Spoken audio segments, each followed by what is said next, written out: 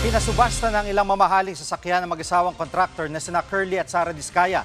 Ang makokolektang pera ibabalik sa kaban ng bayan. Live mula sa TV5 Media Center, nangunguna sa balita si Kari Cator. Kari, magkano ang total na nakolekta mula sa auction? Jiggy, aabot sa 38.2 million pesos ang kabuang halaga na nalikom ng Bureau of Customs mula nga sa mga pina-auction na luxury vehicle ng mag-asawang Curly at Sara Diskaya. Galing yan sa 3 sa 7 sasakyang nabili na.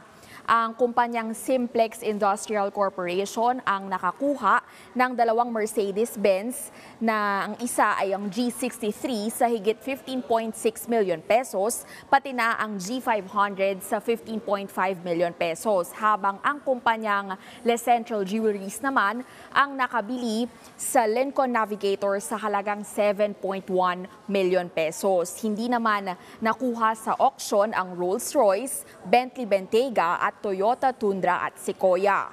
Posible raw na ibaba ng BOC ang floor price ng 4 na idineklarang failed bid ng hanggang 16%. Sa susunod na 2 linggo, inaasahang muling ipapasubasta ang mga ito. Kanina, 8 accredited bidders ang lumahok sa auction sa tanggapan ng BOC sa port area sa Maynila. May dalawa raw na hindi nakasipot. Pwede na rin naman daw kunin ng mga nanalong bidder ang mga sasakyan, pero hindi pa nila ito maaaring imaneho hanggat wala pa ang mga kaukulang papeles. Tiniyak naman ng Land Transportation Office na mamadaliin nila ang proseso at papayagan din daw ang pagpapalit ng mga plaka para matiyak din ang seguridad ng mga bagong may-ari. Jiki. At Karisan, mapupunta yung pera at paano matitiyak na hindi ito mananakaw ulit?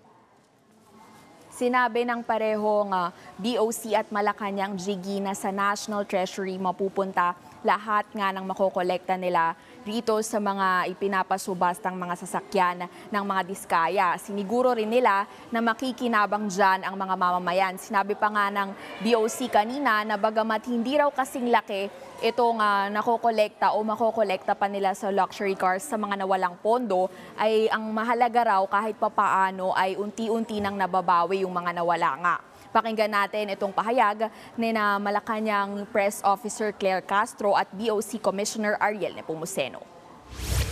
Ang proceeds po na ito ay mapupunta sa forfeiture fund pero hindi po ito gagamitin ng diretso ng BOC. Ito po ay iririmit po sa National Treasury.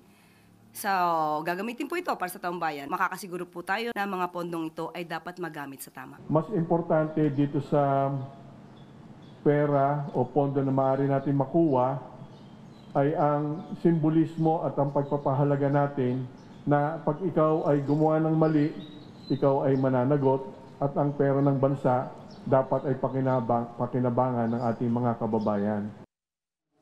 Git pa ng mga otoridad, simula pa lang ito at iimbestigahan nila pati ang ibang mga kontraktor. Maghihigpit na rin daw ang BOC para masigurong hindi na magkakaroon ng mga kaparehong kaso. At yan ang latest, balik sa iyo, Jiki. Yan ang ulat ni Kari Cator live mula sa TV5 Media Center.